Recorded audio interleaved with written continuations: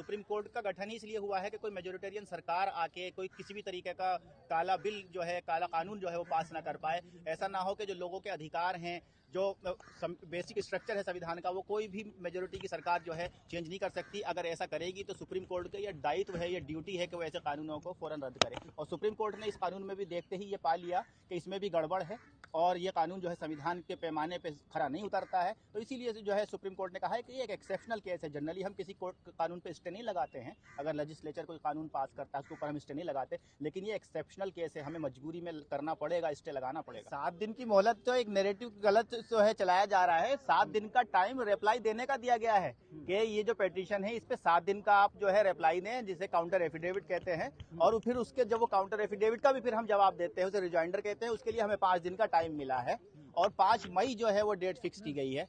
और बाकी जो चीजें हैं, जो सुप्रीम कोर्ट जिन चीजों पे स्टे लगाना चाहता था, उन चीजों को जो है भारत सरकार ने, यूनियन ऑफ इंडिया ने खुद ही कहा है कि वो हम चीजें तीनों जो है एक्सेप्ट करते हैं। ना तो कोई किसी भी वक्त की प्रॉपर्टी को हम डिनोटिफाई करेंगे, चाहे वो रजिस्टर्ड हो या फिर वक्त बाय यूजर हो, और ना ही कोई हम जो है मेंबर अपॉइंट करेंगे बोर्ड के अंदर, और ना ही जो है कलेक्टर किस तरीके का कार्यवाही करेगा अभी, जब तक कि ये मामला कोर्ट के अंदर न्याय विचाराधीन है। तो रिलीफ कब तक ये रहेगी? क्या आगे भी असर बाकी रहेगा या फिर? देखिए, ये तो बाकी तब तक है जब तक फाइनल जजमेंट नहीं आ जाता है, सब तरफ से पक्षों को नहीं सुना जाता है, तब तक ये जो है जो रिलीफ कोर्ट ने दिया है वो बरकरार रहेगा।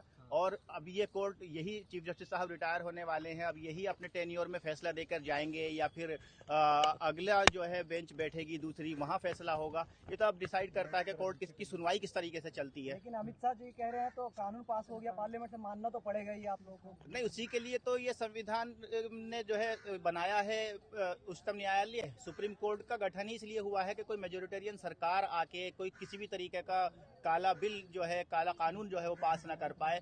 ऐसा ना हो कि जो लोगों के अधिकार हैं, जो बेसिक स्ट्रक्चर है संविधान का, वो कोई भी मेजोरिटी की सरकार जो है चेंज नहीं कर सकती। अगर ऐसा करेगी तो सुप्रीम कोर्ट का ये दायित्व है, ये ड्यूटी है कि वो ऐसे कानूनों को फौरन रद्द करे। और सुप्रीम कोर्ट ने इस कानून में भी देखते ही ये पा लिया कि इसमें भी गड़बड़ है और ये कानून जो है संविधान के पैमाने पे खरा नहीं उतरता है। तो इसीलिए जो है सुप्रीम कोर्ट ने कहा है कि ये एक एक्सेप्शनल केस है। जनरली हम किसी कोर्ट कानून पे स्टे नहीं लगाते हैं, अगर लेजिस्लेचर कोई कानून पास करता है उसके ऊपर हम स्टे नहीं लगाते, लेकिन ये एक्सेप्शनल केस है, हमें मजबूरी में करना पड़ेगा, स्टे लगाना पड़ेगा।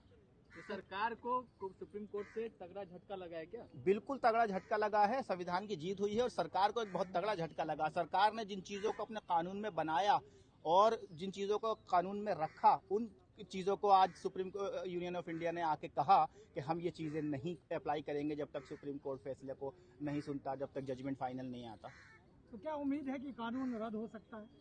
नहीं, देखिए, कानून पूरा तो हमने चैलेंज ही नहीं किया था। जो कुछ चीजें हैं जो अच्छी हैं, जो हमें पॉजिटिव हैं, कुछ चीजें हैं जो संविधान के खिलाफ थी, हमने उन्हीं चीजों को चैलेंज किया था और वही चीजें जो हैं कोर्ट जो है उसको संज्ञान में लेगा और उन्हीं चीजों के ऊपर बात और बहस होगी और उनको नापा जाएगा कि वो संविधान के पैमाने पे खरी हैं कि नहीं है।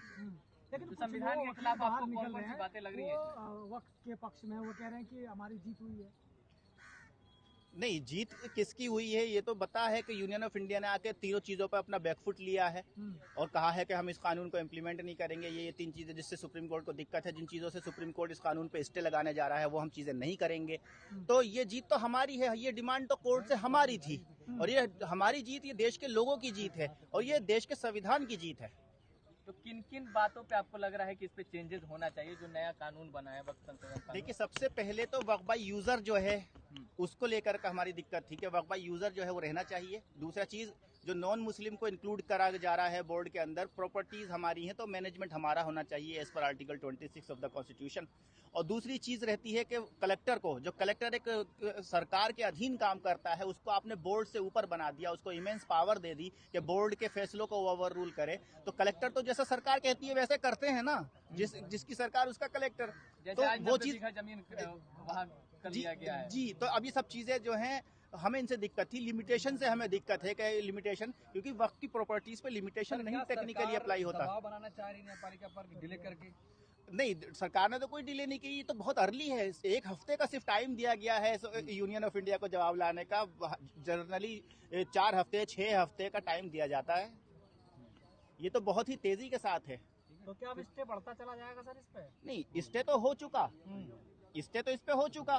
नहीं 7 दिन बाद जैसे सुनवाई हो फिर आगे नहीं, स्टे तो ये तब तक है जब तक फाइनल जजमेंट नहीं आ रहा। हाँ। ये तो 7 दिन का तो उनको काउंटर एफिडेविट फाइल करने का टाइम दिया है कि 7 दिन में आप अपना जवाब दाखिल करें सरकार रिटर्न में, और फिर उस रिटर्न जवाब का फिर हमें जवाब भी देना है 5 दिन का, उसके लिए टाइम मिला है, और 5 मई को फिर सुनवाई होगी।